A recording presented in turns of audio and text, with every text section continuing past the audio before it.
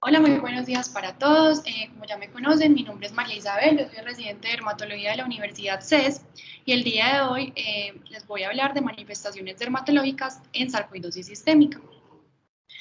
Entonces, este va a ser nuestro contenido de la charla. Vamos a empezar por un poco de la historia, luego hablar acerca un poco de las generalidades, posteriormente las características clínicas enfocándonos en la sarcoidosis y piel.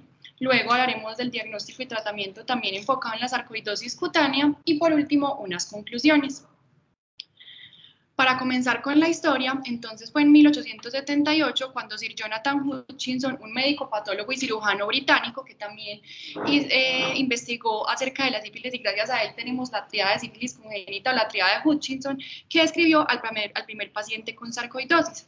Luego fue en 1889 cuando Ernest Besnier, un dermatólogo francés, describió el primer caso de lupus pernio en una paciente que tenía lesiones centrofaciales, principalmente en el dorso nasal, asociadas a eritema y telangiectasias, y también unas lesiones en los dedos. Para él fueron similares a las lesiones de sabañones del lupus y también a las lesiones de tuberculosis cutánea, especialmente la lupus vulgaris, por eso fue que le puso lupus pernio. Ya luego fue en 1898 cuando Hutchinson describió el segundo caso en una mujer que era Mrs. Mortimer y por eso le llamó enfermedad de Mortimer inicialmente.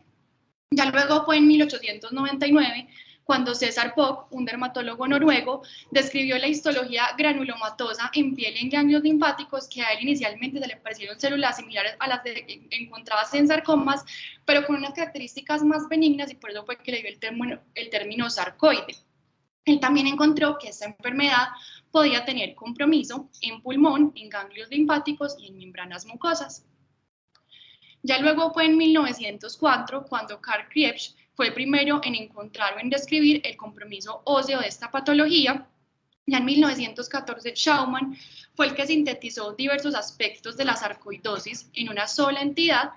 Ya posteriormente, en 1946, Lofgren, que fue un alumno de Schaumann, encontró como una de las presentaciones clínicas de esta entidad que se podía presentar como eritema nodoso sumado a enopatía parailiar más artritis, lo cual hoy en día se llama síndrome de Lofgren.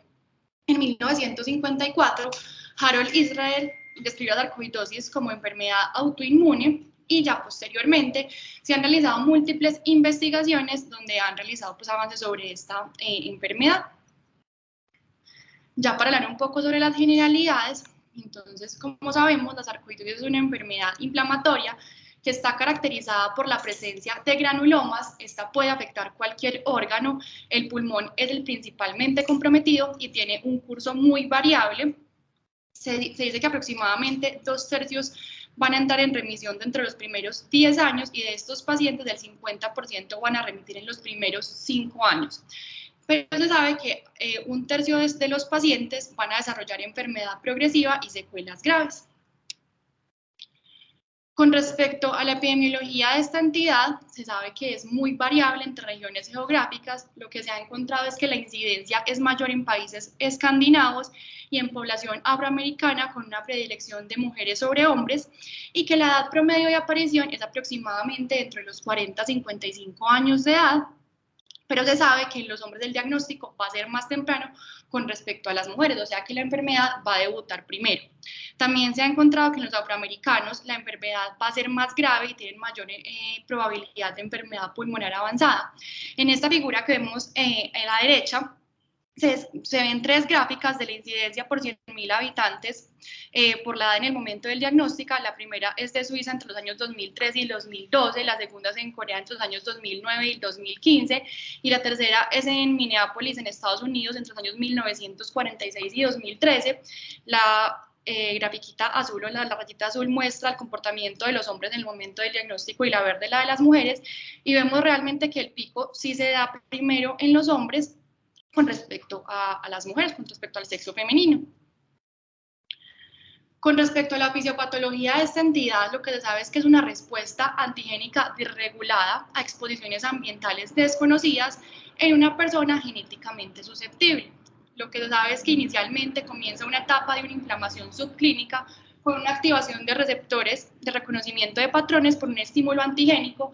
Se han planteado diferentes posibles antígenos como infecciosos, como el virus herpes, el estreptococo, también se ha planteado posibles antígenos como la micobacteria, el Cutibacterium acnes, y también diferentes medicamentos como los inhibidores del punto de control que han sido utilizados sobre todo como antineoplásicos. Ya posteriormente, los macrófagos y otras células inmunitarias innatas van a generar una liberación de factores de transcripción y ya posteriormente estos factores de transcripción van a estimular la liberación de citoquinas proinflamatorias y también promover la liberación de linfocitos TCD4 y TH17. Luego estos macrófagos tipo 1 o activados clásicamente son los que van a promover la formación de granuloma y en estos individuos lo que pasa es que va a haber una persistencia del granuloma, se sabe que puede ser o por, si bien sea porque el individuo es genéticamente susceptible o por el mismo antígeno como tal, que va a haber una persistencia de este granuloma que va a ser impulsada por la interleuquina 13, que va a hacer diferenciar los macrófagos M2 y a los linfocitos TH2 y también hay un componente neutrofílico que nos va a ayudar con esta fibrosis. Este proceso generalmente pasa en el pulmón, pero también puede pasar en cualquier órgano del cuerpo. Y lo que se sabe es que, por ejemplo, en hígado y en cerebro, los macrófagos actúan como tal como células presentadoras de antígeno, a diferencia del pulmón, que son las células dendríticas. Entonces, en estas gráficas queremos pues como mostrar las etapas iniciales pues como de la fisiopatología de esta entidad. En esta vemos la cascada inmunológica durante la formación del granuloma, donde se describe un insulto inicial o una presentación de un antígeno o de un agente externo que va a ser reconocido por una célula presentadora de antígeno y va a estimular una respuesta inmune, obviamente, en pacientes que sean... que estén predispuestos, que tengan como tal un antecedente de un HLA clase 2 o diferentes genes. Y también se sabe que lo que sucede es que se va a requerir un segundo insulto, una segunda exposición a este antígeno, lo cual va a promover una activación de receptores de reconocimiento de patrones. A su vez también esto va a activar factores de transcripción, como les había dicho posteriormente, liberación de citoquinas proinflamatorias y así se van a traer linfocitos CD4 y CD8 para esta formación del granuloma. En la segunda etapa o en la formación continua de los granulomas, el papel va a ser más importante de la interleuquina 13, donde va a promover esta diferenciación hacia macrófagos tipo 2, se va a activar el complejo mTOR, lo que va a también promover esta formación continua de granulomas, y el interferón gamma también va a promover esta vía del JAK-STAT, que va a diferenciar de linfocitos TH1 a TH17 para así formar como tal el granuloma. Y ya en la tercera etapa, o ya en la persistencia del granuloma que puede dar una enfermedad crónica y fibrosis o resolución de este, lo que va a suceder es que hay una exposición constante de este antígeno en forma de péptido que va a ser reconocido por el receptor de los linfocitos. A su vez se va a liberar TNF-alfa e interferón gamma y va a promover esta formación continua del granuloma y la fibrosis. También se podría activar la vía de los linfocitos T reguladores, la FOXP3, para hacer esta resolución del granuloma. Sin embargo, se sabe que en estos individuos esta vía está alterada, por lo tanto se va a seguir desarrollando esta fibrosis y esta persistencia pues, de los granulomas. También se sabe que hay factores que influyen en el desarrollo de esta entidad. Se han planteado factores de riesgo y también factores protectores. Dentro de los factores de riesgo están los HLA clase 2 y otros genes. Y también se sabe que tener un familiar con sarcoidosis incrementa el riesgo de 2 a 4 veces. La exposición también a ambientes con moho, insecticida y sílice se han planteado como posibles factores de riesgo y agentes infecciosos como el Mycobacterium tuberculosis y el Cutibacterium acnes, como se habían planteado posibles antígenos, también son factores de riesgo. También la obesidad se ha planteado como un factor de riesgo y entre los factores protectores encontramos el tabaquismo activo, que tiene un efecto neuromodulador que se ha encontrado como uno de los posibles factores protectores, y estrógenos endógenos altos. Ya para continuar con las características clínicas, lo que se sabe de esta entidad es que tiene una presentación muy variable, que se pueden desarrollar múltiples fenotipos de la enfermedad, que generalmente los pacientes van a tener un inicio gradual de los síntomas y que cualquier órgano puede estar afectado y que los síntomas van a ser por el depósito de granulomas como tal o por la liberación de mediadores proinflamatorios.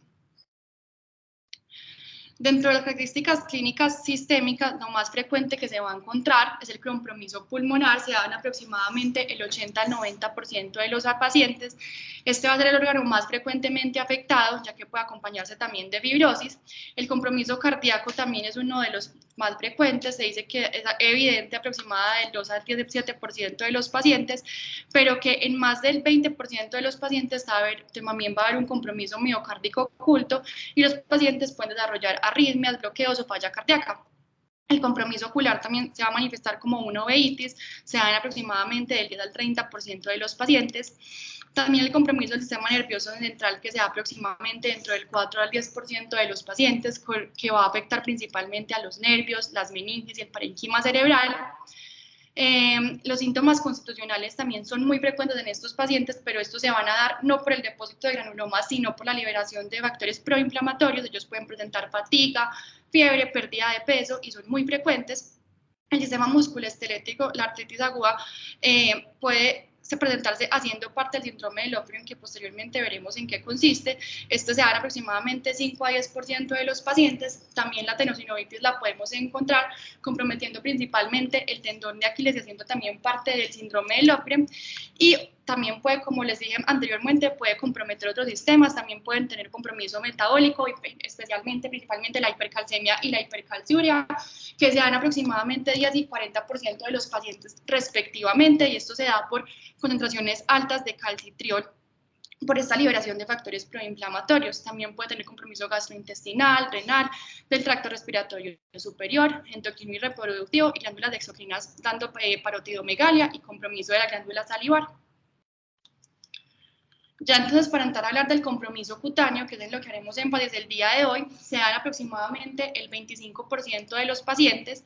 Puede ser una manifestación inicial en un tercio de ellos. Las manifestaciones se van a dividir en específicas y no específicas, y también hay un grupo que puede ser de sitios especiales. Las manifestaciones específicas se han descrito del 9 al 36% de los pacientes, y lo que se sabe de las no específicas es que son de un amplio espectro y pueden ser grandes simuladores de otras entidades.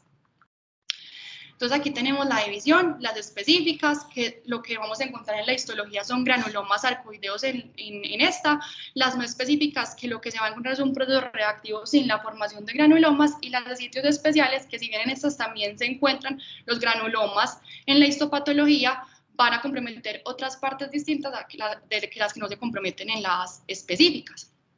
Entonces, para comenzar con las específicas, estas se pueden dividir a su vez en frecuentes y en poco frecuentes. De las frecuentes tenemos la maculopapular, la subcutánea, la tipo placa, lupus pernio, y de las poco frecuentes tenemos la hipopigmentada, atrópica y ulcerativa, angiolupoide, psoriasiforme, verrucosa, lichenoide, ictiosiforme y eritrodérmica.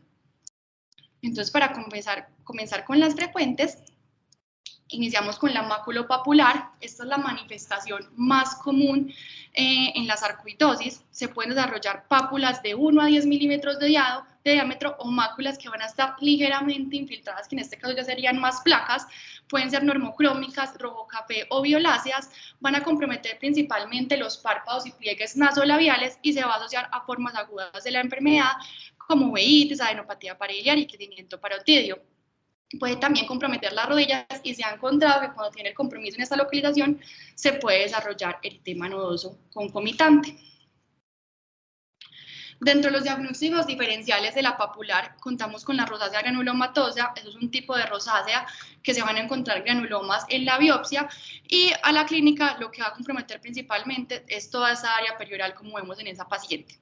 También tumores de anexos como siringomas y tricoepiteliomas pueden ser parte de nuestros diagnósticos diferenciales con esta entidad, sobre todo cuando son eruptivos, y el líquen plano sobre todo en la variante cuando es más macular las lesiones. Ya para continuar con los nódulos subcutáneos, esta también se llama enfermedad de Arias-Rossi por los autores que la describieron. Es más común en mujeres de edad media. Lo que vamos a encontrar son nódulos subcutáneos localizados en extremidades superiores con una distribución lineal. Tiene una frecuencia aproximada entre el 1.4 y el 16% de los pacientes, y estos se van a diferenciar del eritema nodoso porque generalmente no comprometen miembros inferiores ni son dolorosos como lo es el eritema nodoso. Generalmente, esta presentación va también a estar asociada a enfermedad sistémica. Dentro de los diagnósticos diferenciales de esta entidad, entonces tenemos que los nódulos reumatoideos también pueden ser parte del diagnóstico diferencial. Esta es la manifestación más común cutánea de artritis reumatoide, que sobre todo se desarrolla en los sitios de presión. Aquí vemos en este paciente, pues en el codo propiamente en el olecranon, que se desarrollan pues como estas lesiones nodulares, también las micobacterias atípicas, o el granuloma anular subcutáneo, que es un tipo de dermatosis, dermatología, pues que encontramos frecuentemente en los pacientes.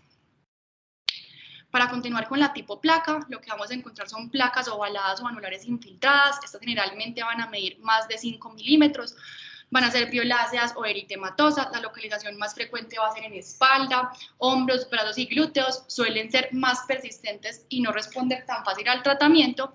Y estas están asociadas a formas crónicas de la enfermedad. Dentro de los posibles diagnósticos diferenciales, en esta tenemos principalmente el lupus discoide, el eczema numeral, que también es un tipo de dermatosis, donde se ha planteado que la posible etiología es una colonización por el Staphylococcus aureus y el sarcoma de Kaposi. Para continuar con el lupus pernio, esta se ha descrito como la manifestación más característica de la sarcoidosis. Lo que vamos a encontrar son placas infiltradas violáceas localizadas en la parte central de la cara, principalmente comprometiendo el ala y la punta nasal. Puede también desarrollarse en mejillas y en labios, y otras localizaciones menos frecuentes puede comprometer las orejas, el dorso y los dedos de las manos o los pies. Generalmente tienen una predisposición por la raza negra, y estas lesiones son mucho más refractarias al tratamiento y pueden llegar a generar una destrucción del cartílago y del hueso. Hay un mayor riesgo de enfermedad extracutánea, sobre todo enfermedad pulmonar severa. Dentro de los diagnósticos diferenciales de esta entidad, entonces tenemos la rinofilma, que es un tipo de rosácea, la leishmaniasis mucocutánea. Este fue un paciente que nos llegó al servicio de dermatología del CES y del Instituto de Medicina Tropical y hizo un diagnóstico de una leishmaniasis mucocutánea por PCR, y también una paracoccidioidomicosis podría ser uno de los posibles diagnósticos diferenciales para esta entidad. Ya para continuar entonces con las poco frecuentes, dentro de las poco frecuentes, una de las que más se ve es la hipopigmentada. Esta afecta predominantemente individuos de raza negra. Lo que se va a encontrar son máculas o placas ovaladas bien delimitadas, hipopigmentadas. Estas pueden dar un aspecto de huevo frito, que también es algo pues, que nos puede servir con respecto a la semiología, y también puede tener múltiples diagnósticos diferenciales, como la lepra y la micosis fungoide hipopigmentada, que es un tipo de linfoma cutáneo de células T. Este paciente que les acabo de mostrar la foto tiene una micosis fungoide hipopigmentada, y vemos que las lesiones sí pueden ser parecidas pues, como con esta entidad. Ya para continuar entonces con la atrófica y ulcerativa, lo que vamos a encontrar son placas atróficas con ulceración presente generalmente. Va a afectar también individuos de raza negra, tiene predilección por miembros inferiores y el compromiso extracutáneo es extenso generalmente. Y dentro de esta variante también pueden haber subvariantes, que puede ser morphea-like, necrobiosis lipoidídica-like, que es un tipo de dermatosis que se desarrolla principalmente en pacientes diabéticos, lipodermatosclerosis-like. Y entre los diagnósticos diferenciales en este caso es importante descartarlo pues, o diferenciarlo de una sífilis maligna, que es un tipo de secundarismo sifilítico que se da principalmente en pacientes con VIH. Ya para continuar con la variante angiolupoide y la psoriasiforme, la angiolupoide también se puede llamar angiolupoide de Brock-Pautriel. Lo que se va a encontrar es una placa única eritematosa con telangiectasias prominentes centrofacial. Las mujeres son las afectadas principalmente, y el principal diagnóstico diferencial en esta entidad es el rash malar del lupus cutáneo agudo. También la rosácea podría ser uno de nuestros diagnósticos diferenciales. Esta es una paciente con un rash malar por un lupus, que vemos que sí tiene un compromiso muy similar. Y la psoriasiforme, lo que vamos a encontrar son placas eritematosas descamativas, indistinguibles de la psoriasis. Se pueden diferenciar porque estas dejan atrofia residual, pero realmente tienen una manifestación muy similar. Esta es una paciente con una psoriasis, que vemos que las lesiones son idénticas. Ya para continuar entonces con la variante verrucosa, lo que vamos a encontrar en esta variante son placas verrucosas e hiperkeratóxicas exofíticas. Van a tener un predominio en extremidades inferiores. El principal diagnóstico diferencial en esta entidad van a ser las verrugas virales, y generalmente está asociada a una enfermedad pulmonar significativa. Aquí también vemos una fotografía de un paciente con verrugas virales, que realmente las lesiones sí pueden ser similares, sin embargo en la sarcoidosis sí se ven que son un poco más infiltradas. Y la variante liquenoide, que esta es más común en niños con compromiso ocular y articular, lo que vamos a encontrar son máculas y pápulas de 1 a 3 milímetros normocrómicas que van a estar localizadas en tronco y extremidades principalmente, y en ellos el principal diagnóstico diferencial es el líquen plano que vemos en este paciente. Ya para continuar con otras de las variantes menos frecuentes, entonces está la ictiosiforme. Esta es una variante mucho más rara. Se han notificado menos de 35 casos desde 1981. Lo que se van a encontrar son escamas gruesas, adherentes poligonales grises, y pueden ser concomitantes o preceder el compromiso sistémico. Realmente es muy difícil diferenciarla de una ictiosis congénita de una ictiosis adquirida, pero pues aquí nos va a ayudar como todo el otro compromiso clínico. Y la variante eritrodérmica, que es cuando la sarcoidosis se manifiesta como una eritrodermia, que para recordar es el compromiso de más del 80% de la superficie corporal total asociado a eritema y descamación. Lo que vamos a encontrar son placas ligeramente infiltradas, eritematosas, marrón amarillentas, que van a ser coalescentes y van a estar asociados con síntomas sistémicos de sarcoidosis, principalmente con síntomas constitucionales como fiebre, fatiga. Y ya para continuar con las no específicas, aquí encontramos principalmente el eritema nodoso. El eritema nodoso, entonces, este se encuentra en más del 25% de los pacientes con sarcoidosis. Lo que vamos a encontrar en la histopatología es una paniculitis septal sin vasculitis. Lo que vamos a ver a la clínica son nódulos eritematosos dolorosos que van a estar encontrados en la región pretibial, y eso tiene una importancia pronóstica en la enfermedad porque generalmente se asocian a una enfermedad transitoria que no requiere terapia. Esos se han encontrado asociados que comprometen, que hacen parte del síndrome de Lofgren, que en este podemos encontrar poliartritis aguda, linfadenopatía iliar bilateral, el eritema nodoso con o sin infiltrados en el parénquima pulmonar, y que también puede estar acompañado de fiebre. Esta entidad suele ser autolimitada y se dan aproximadamente el 80% de los casos, van a resolver dentro de los primeros 2 años. Y ya por último, para hablar un poco de las manifestaciones de sitios especiales, en este grupo tenemos la sarcoidosis de la cicatriz, también contamos con la sarcoidosis del tatuaje, la sarcoidosis del cuero cabelludo, la sarcoidosis de las uñas y la sarcoidosis de los genitales y de la mucosa oral. Para comenzar entonces con la sarcoidosis de la cicatriz, lo que vamos a encontrar son granulomas sarcoideos en tejido cicatricial, o una zona donde hubo una lesión previa. En la cicatriz previa se va a tornar o va a tomar un aspecto infiltrado y violáceo. Generalmente son lesiones asintomáticas que y esta sarcoidosis puede ocurrir desde los 6 meses hasta 60 años después de haber aparecido la lesión. La relación entre sarcoidosis sistémica y cicatricial es poco clara. Algunos autores dicen que sí se asocia síntomas pues, a compromiso extracutáneo, sin embargo hay otros autores que plantean que esa sarcoidosis es solamente localizada en la piel. Ya para continuar con la sarcoidosis del tatuaje, lo que vamos a encontrar son granulomas sarcoideos en tatuajes. Estos se desarrollan dentro del primer año o incluso décadas después de haberse realizado el tatuaje. Los tatuajes de tinta roja son los más comúnmente afectados, y estos tatuajes como tal van a desarrollar pápulas o zonas infiltradas dentro de ellos. Estos pueden ser dolorosos o pruriginosos, y el principal diagnóstico diferencial cuando nos encontramos con esto es una reacción a un cuerpo extraño.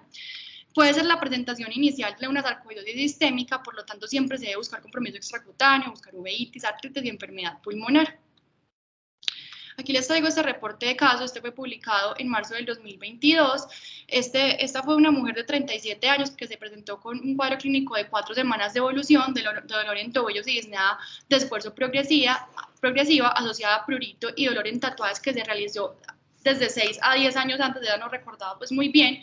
Se le tomó una PCR que estaba en 1.41, unos niveles de enzima convertidora, enzima de angiotensina, y un receptor soluble de interleuquina 2, que también estaban elevados. Y se encontró en la ecografía de tobillos que tenía una tenosinovitis y una periartritis. A la paciente se le tomó una biopsia de piel y se le realizó una tomografía de tórax, donde se evidenciaron en la biopsia de piel los granulomas y en la tomografía la linfadenopatía parailiar, haciéndose un diagnóstico de sarcoidosis.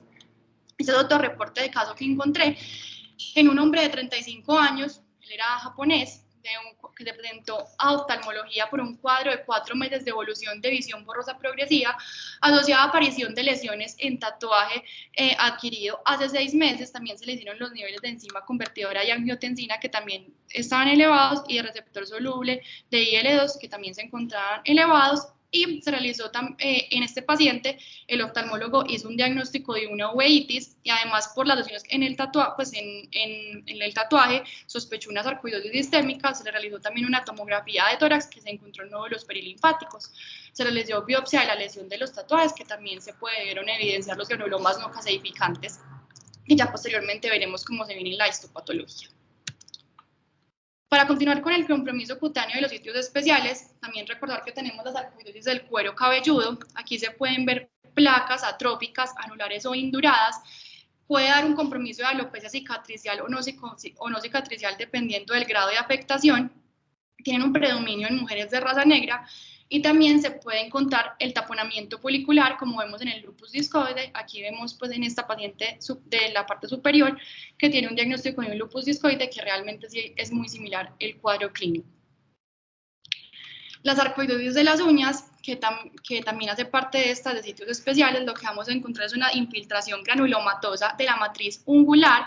En ocasiones va a coincidir con la afectación ósea, lo que vamos a encontrar es adelgazamiento y fragilidad de las uñas, onicolisis, que es este desprendimiento de la lámina del lecho ungular, la traqueoniquia, que es este aumento de las estrías longitudinales en las uñas, hemorragia en astilla, pterygium ungular y anoniquia, que ya es la pérdida completa de la uña.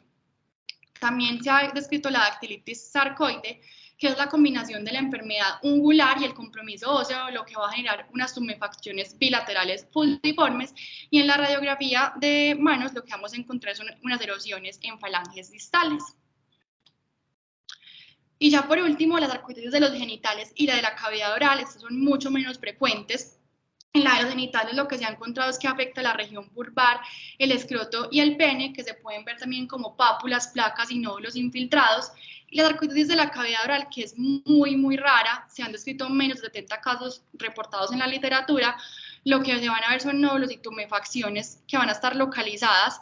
El sitio más frecuente afectado es la mucosa oral como tal, las encías y los labios, y menos frecuente el piso de la boca, la lengua, el paladar y la glándula submandibular. En este cuadro, pues que les quise traer, esto lo encontré en los artículos que revisé, aquí vemos realmente que los diagnósticos diferenciales de la sarcoidosis son múltiples, que no solamente son los que los mencioné, sino que realmente se deben pensar en múltiples patologías, ya que pues, la sarcoidosis es una gran simuladora y viceversa pues, de otras entidades. Ya para continuar con el diagnóstico y tratamiento, enfocándonos en la sarcoidosis cutánea, lo que se sabe del diagnóstico es que debe tener un cuadro clínico compatible el paciente, encontrándose granulomas no caseificantes en la biopsia del tejido, más exclusión de otros diagnósticos. En la evaluación general, entonces, siempre, obviamente, el examen físico y el interrogatorio y los síntomas del paciente nos van a dar una pista acerca pues, de la entidad, si tiene pues, esta enfermedad.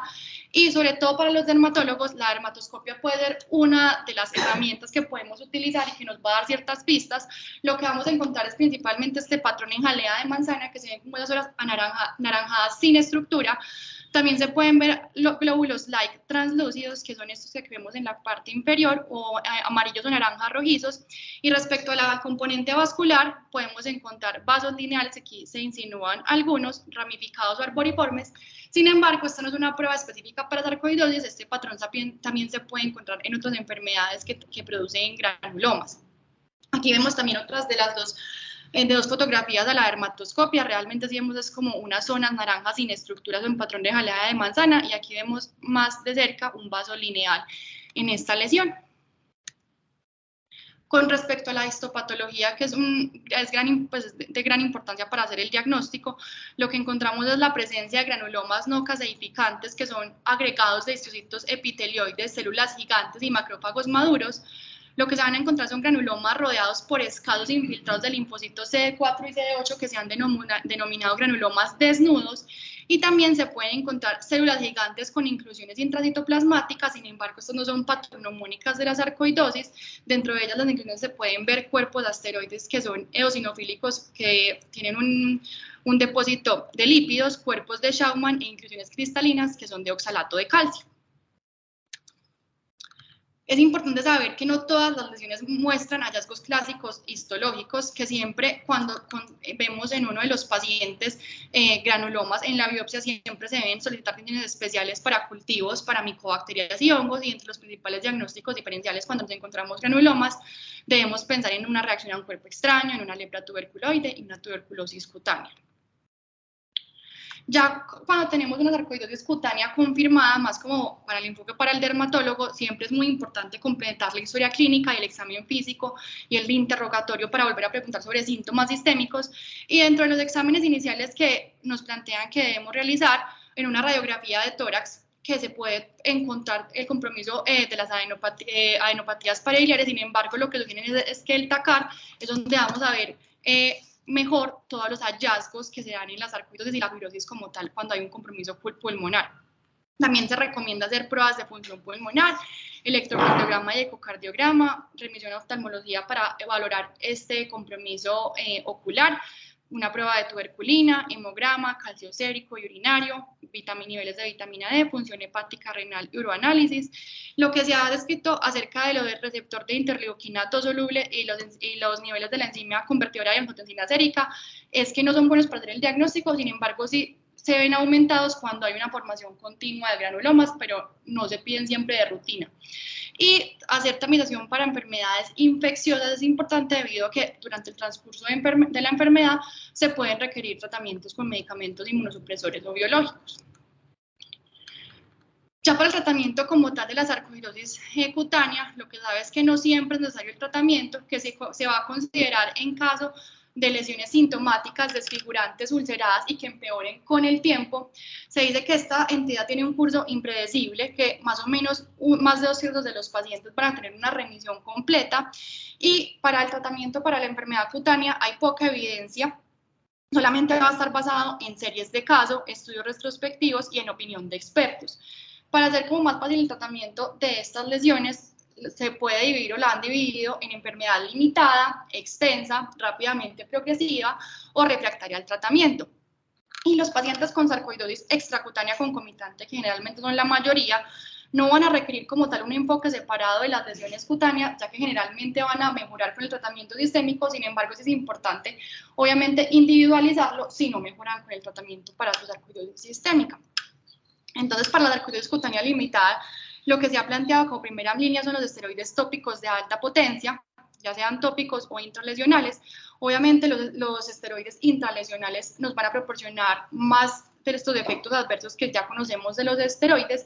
Sin embargo, sí se han planteado que pueden ser buenos pues, para estas lesiones que son muy infiltradas. También se han utilizado los inhibidores tópicos de la calcineurina o el tacrolimus al 1%, 2 veces al día. Este lo vamos a considerar como un ahorrador de esteroides, sobre todo en las lesiones de la cara o en lesiones intertriginosas, debido a que son áreas más propensas a desarrollar estos efectos adversos del esteroide.